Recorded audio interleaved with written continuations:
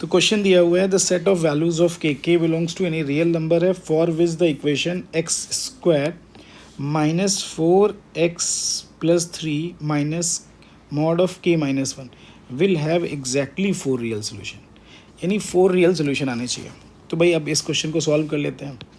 तो अब हमने कहा यार ये क्वेश्चन दिया हुआ है x square minus 4 mod of x plus 3, इसको हमने ऐसे लिख दिया के माइनस 1 का होल मॉड। अब दो क्वेश्चन में हमने कहा भाई इसके सोल्यूशन निकाल ले रहे हैं और इसके बराबर आ जाए, जो कि एग्जैक्टली 4 सोल्यूशंस आ रहे हैं। ठीक है, तो अब हमने ये बोल दिया कि ये दिया हुआ है, अब इन दोनों का पॉइंट ऑफ इंटरसेक्शन के लिए बात करना है। तो अब ये क्वेश्चन आ गया, अब हमने क्या किया, इसको सॉल्व किया। पहले x square minus 4 mod of x, ठीक है, mod of x plus 3 equal to 0 के लिए अगर हमने इसको सॉल्व कर लिया तो इसको लिख सकते हैं mod of x square minus 4 mod of x plus 3। इसका मतलब मॉड ऑफ एक्स माइनस 3 और mod of x minus 1 equal to 0 आ जाएगा, इक्वल टू 0 आ जाएगा। इसका मीनिंग क्या हुआ, mod of x minus 3 equal to 0 और mod of x is equal to 1 आ जाएगा।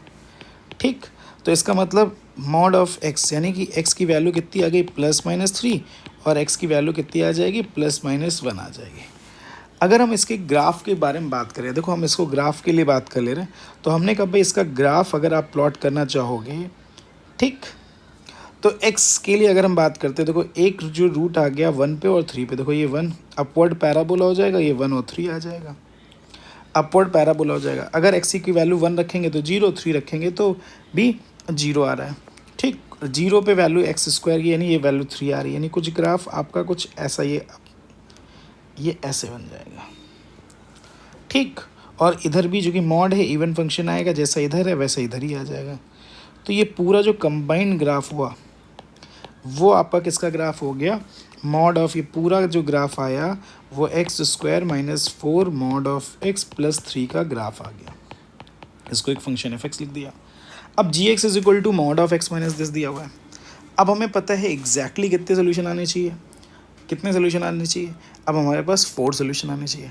अब चूंकि देखो ये के माइनस 1 एक कॉन्स्टेंट वैल्यू दी है, ठीक है, मॉड ऑफ के माइनस 1 क्या दिया हुआ है, कॉन्स्टेंट वैल्यू दी है, तो इसका मतलब कोई भी पॉजिटिव दिया हुआ है, तो इसका मतलब अब इसकी मिनिमम वैल्यू देखो, ये इसका रेंज निकाल लेते हैं। तो आपको पता है अगर ये quadratic equation x square minus 4x plus 3 दिया हुआ है तो इसकी मिनिमम वैल्यू कितनी हो जाएगी, माइनस b बाई 2 है, माइनस d बाई 4 है, यही तो मिनिमम वैल्यू होती है। तो माइनस डी का मतलब कितना आ जाएगा 16 माइनस 4ac, तो 4 इंटू 3 अपॉन 4 इंटू 1 आ जाएगा। तो इससे इसका मतलब ये कितना आ जाएगा 12 यानी माइनस प्लस 4 यानी माइनस 1, तो ये मिनिमम वैल्यू माइनस 1 आ जाएगा।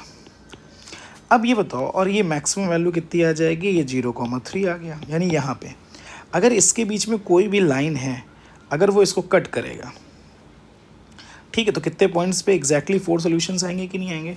तो इसका मतलब मॉड ऑफ के माइनस 1 की जो वैल्यू है वो किसके बीच में लाई करे, कहाँ से कहाँ तक लाई करेगा, ठीक है, -1 से लेके, यानी उसकी जो वैल्यू है वो -1 से लेके कहाँ तक लाई करेगा, 3 तक लाई कर जाए। तो आपको पता है -1 तो एग्जिस्ट ही नहीं करेगा, तो k माइनस 1 की जो वैल्यू है वो कहाँ से -3 से लेके कहाँ तक 4 के बीच में आ जाए। ठीक, तो इसका मतलब k की जो 3 के बीच में लाई करेगा, तो k की जो वैल्यू यहाँ से आ जाएगी तो ये -2 और ये कितना आ जाएगा आपका 4 हो जाएगा।